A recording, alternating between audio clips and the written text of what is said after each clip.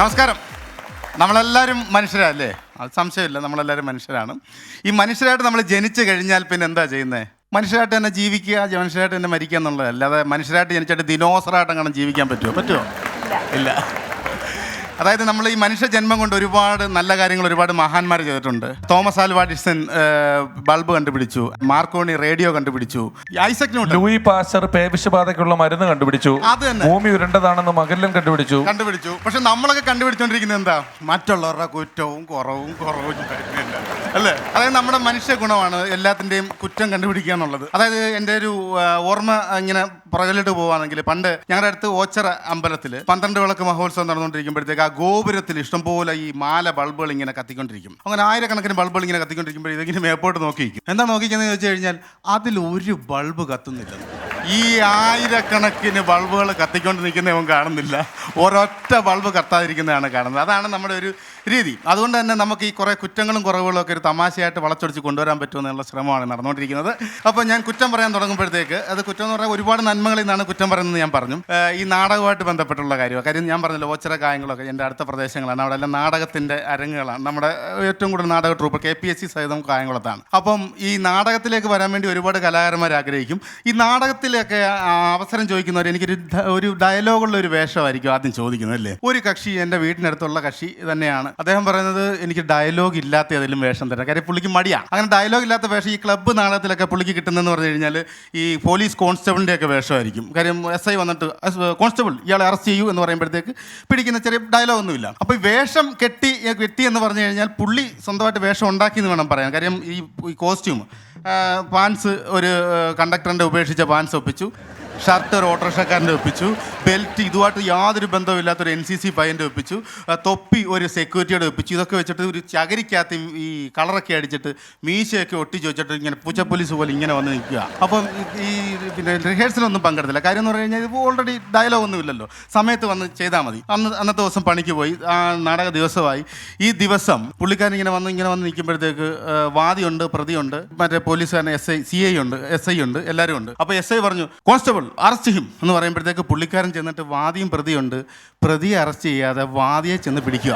അതായത് ഇതിനകത്ത് ഈ പുള്ളിക്കൊഴിച്ച് ബാക്കിയുള്ളവർക്കൊക്കെ ഇതിൻ്റെ കഥ അറിയാം. അതുവരെ ക്ലൈമാക്സ് സീനാണ്. അതായത് ഈ നടന്മാർക്ക് എല്ലാവർക്കും അറിയാം, നാട്ടുകാർക്കും അറിയാം, എല്ലാവർക്കും അറിയാം. പക്ഷേ ഈ പുള്ളിക്ക് മാത്രം അറിയത്തില്ല. അപ്പോൾ ഇങ്ങനെ പിടിക്കുമ്പോഴത്തേക്ക് നാടൻ പൊളിയത്തില്ലേ? അപ്പോൾ പിടിച്ചോണ്ടിരിക്കുമ്പോഴത്തേക്ക് പുള്ളിക്കാരൻ സ്ട്രഗിൾ ചെയ്യുക. വാദി ഞാൻ മറ്റേ പറയുമ്പോഴത്തേക്ക് ആഹാ കേരള പോലീസിൻ്റെ അടുത്താണ് നിന്റെ കളി അല്ലേടാ എന്ന് ചോദിച്ചുകൊണ്ട് വലിച്ചോണ്ട് പോയി. പിന്നീടുള്ള അവസ്ഥ നിങ്ങൾക്ക് അറിയാമല്ലോ. അപ്പം അങ്ങനെ പുള്ളി ആ നാട്ടിൽ നാറി കഴിഞ്ഞിട്ട് ഇവിടെ നിന്ന് രക്ഷപ്പെടണം, ഒന്ന് കുറച്ച് നല്ല പേരുണ്ടാക്കണം എന്ന് വിചാരിച്ചിട്ട് ഡയലോഗ് ഇല്ലാത്ത പിന്നെ ബാലയാണ്, കാസറ്റ് ഇട്ടാൽ മതി. അങ്ങനെ അവരുടെ കഷ്ടകാലത്തിന്, ബാല്യക്കാരുടെ കഷ്ടകാലത്തിന് പുള്ളിക്കാരന് പ്രധാന വേഷം കൊടുക്കും. അപ്പോൾ ഇൻ്റർവെൽ ആകുമ്പോഴത്തേക്ക് പുള്ളിയുടെ കിടിൽ ഒരു സംഹാര താണ്ഡവമുണ്ട്. സംഹാര താണ്ഡവമൊക്കെ ആയിട്ട് ഇങ്ങനെ വന്ന് നിൽക്കുമ്പോഴത്തേക്ക് ഇടവേളന് സൈഡ് പ്രൊജക്റ്റിനകത്ത് എഴുതിയിട്ട് കട്ടൻ വീഴുന്നു, ആ കട്ടനകത്ത് കാണിക്കും. അങ്ങനെ പുള്ളിക്കാരൻ ഭയങ്കര സംഹാര താണ്ഡവമൊക്കെ സ്വന്തം നാട്ടിലാണ് കളിക്കുന്നത്. ടൺ ടൺ ടൺ ടൺ ഇങ്ങനെ വന്ന് നിന്നു. അതായത് ഈ സ്റ്റേജിനൊരു പ്രത്യേകത ഉണ്ട്. നമ്മുടെ ഇതുപോലുള്ള നിരപ്പ് സ്റ്റേജല്ല, ഫ്രണ്ടിലോട്ട് നടുക്കൊരു ഇറക്കുണ്ട്, റാമ്പുണ്ട് ഫ്രണ്ടിലേക്ക്. ആ ഫ്രണ്ടിലേക്ക് ആ റാമ്പിലേക്ക് അങ്ങനെ അതിൻ്റെ പുറയിലാണ് ഈ കട്ടൻ നിൽക്കുന്നത്. പുള്ളിക്കാരൻ മതിയും മാറുന്ന ആവേശം കയറി ഡാൻസ് ചെയ്ത് ഫ്രണ്ടിൽ വന്ന് നിൽക്കുകയും പുറകിലായിരുന്നു കട്ടൻ പുറകിലങ്ങ് വീണ് പുള്ളിക്കാരൻ ഇങ്ങനെ നിൽക്കുക, നെഞ്ചത്ത് ഇടവേള. പുള്ളിക്കാരൻ പിന്നെ എങ്ങനെ തിരിച്ചു പോയി എന്നുള്ളതിനെ കുറിച്ച് പുള്ളിക്കാരന് മാത്രമേ അറിയാവുള്ളൂ. ഏതായാലും അദ്ദേഹത്തിന്റെ കാര്യം കഴിയുമ്പോഴത്തേക്ക് ഇത് ഡയലോഗ് ഇല്ലാത്ത ആഗ്രഹിച്ച ഒരാളാണ്. ഡയലോഗ് കൊണ്ട് പൊടി പൂരം നടത്തുന്ന ഒരു കക്ഷി വേറെ ഉണ്ട് ഈ നാടകക്കാരുടെ കൂട്ടത്തിൽ നമ്മുടെ നാട്ടിൽ. അപ്പോൾ പുള്ളിക്കാരൻ എന്ന് പറഞ്ഞു കഴിഞ്ഞാൽ ഉറക്കത്തിന് എഴുന്നേറ്റാൽ മുതൽ നാടക ഡയലോഗുകളാണ് പറയുന്നത്. ഉറക്കത്തിന് കഴിക്കുമ്പോൾ അബ്ബാ എന്ന് പറഞ്ഞാൽ എഴുന്നേക്കുന്നത് തന്നെ. ആ പുള്ളിക്ക് മാ തിരിയത്തില്ല, കട്ടി കൂട്ടിയിട്ടേ അബ്ബാ ഇങ്ങനെയാണ് പറയുന്നത്. അപ്പോൾ പറയുന്നതെന്ന് പറഞ്ഞാൽ അബ്ബാ കാത്തു രക്ഷിക്കണം ഇടേ ഒരു ചായ എന്നാണ് പുള്ളി തുടങ്ങുന്നത്. അപ്പം പെണ്ണുമ്പിള്ള പറഞ്ഞു ചായയൊക്കെ പിന്നെ തരാം. പോയി ആ റേഷൻ കടയിൽ പോയിട്ട് പഞ്ചസാര മേടിച്ചുകൊണ്ട് വന്നിട്ട് പുള്ളിക്കാരൻ റേഷൻ കടയിൽ പോയിട്ട് കുറച്ച് കഴിഞ്ഞതിനുള്ളിൽ പെട്ടെന്ന് ഈ വന്നു. പുള്ളിയുടെ ഡയലോഗ് അവിടെ ചെന്നിട്ട് ഇതൊക്കെ തന്നെ പരിപാടി, നാടൻ കളിയാണ്. തിരിച്ചു വന്നിട്ട് പുള്ളിക്കാരൻ എന്താ റേഷൻ പഞ്ചാര മേടിക്കാൻ 5 കിലോ റേഷൻ പഞ്ചാര ഉണ്ടെന്ന് പറഞ്ഞിട്ട് 2 കിലോ വച്ച് നീട്ടിയാൽ അത് മിണ്ടാതെ മേടിച്ചോണ്ട് വരാൻ വേണു വെറും മക്കണനല്ലടി, ഞങ്ങളുടെ നാട്ടിൽ പറഞ്ഞൊരു ഭാഷ. അപ്പോൾ പെണ്ണുമ്പിളെ ദേഷിച്ചങ്ങ് തിരിച്ചു നോക്ക, വേണു ഒരു വാക്ക് പറഞ്ഞാൽ അത് വാക്കാ. ഇതാണ് പുള്ളിയുടെ വാഗ്ധോരണികൾ. ഈ വാഗ്ധോരണികൾ കൊണ്ട് പുള്ളിക്കൊരു ഉപകാരം ഉണ്ടായെന്ന് പറഞ്ഞു കഴിഞ്ഞാൽ ഈ ശിവരാത്രിയുടെ അന്ന് സെക്കൻഡ് പരിപാടി നടക്കുന്നതെന്ന് പറഞ്ഞു കഴിഞ്ഞാൽ 2 മണിക്കാണ് പരിപാടി കൊടുത്തിരിക്കുന്നത്. ഫസ്റ്റ് പരിപാടി കഴിഞ്ഞ് എത്താൻ താമസിച്ചിട്ട് വന്നത് വെളുപ്പിന് 5 മണിക്ക്. നാട്ടുകാർ ഭയങ്കര ബഹളമായിട്ട് തല്ലാൻ വേണ്ടി നിൽക്കുക. അപ്പോൾ അതാ നോക്കിയാൽ പുള്ളിയുടെ ശബ്ദം ഉണ്ടല്ലോ, പുള്ളി അനൗൺസ് ചെയ്യുന്നത് പ്രിയമുള്ളവരെ ചെന്നിട്ട് നാട്ടുകാർ തല്ലാൻ നിൽക്കാം. കൊടുങ്കാറ്റിലും പേമാരിയിലും പെട്ട് വീടും കൂടും നഷ്ടപ്പെട്ടു പോയൊരു വിഭാഗം ജനത്തിനു വേണ്ടി അവരുടെ ധനശേഖരണാർത്ഥം വേണുവിനും കൂട്ടർക്കും ഒരു നാടകം കളിച്ചു കൊടുക്കേണ്ടി വന്നു, അതുകൊണ്ട് ലേറ്റായി. ഇനി നിങ്ങൾ പറയൂ, വേണുവും കൂട്ടറും ചെയ്തത് തെറ്റാണോ? അല്ല അല്ല, അങ്ങനെ പറഞ്ഞ് രക്ഷപ്പെട്ട ഒരു നാടകക്കാരനുണ്ട്. പക്ഷേ ഈ കട്ടി ശബ്ദം ഒഴിഞ്ഞിട്ട് ഈ ലൈറ്റ് ശബ്ദമുള്ള ഒരു നാടകക്കാരനുണ്ട്. പുള്ളിക്കാരന് അവാർഡൊക്കെ കിട്ടിയതാണ്. ഇപ്പോൾ ഒരു അച്ഛൻ്റെ വേഷം ചെയ്തിട്ട് നാടകത്തിന് അവാർഡൊക്കെ കിട്ടിയ ഒരു കക്ഷിയാണ് പുള്ളിക്കാരന്.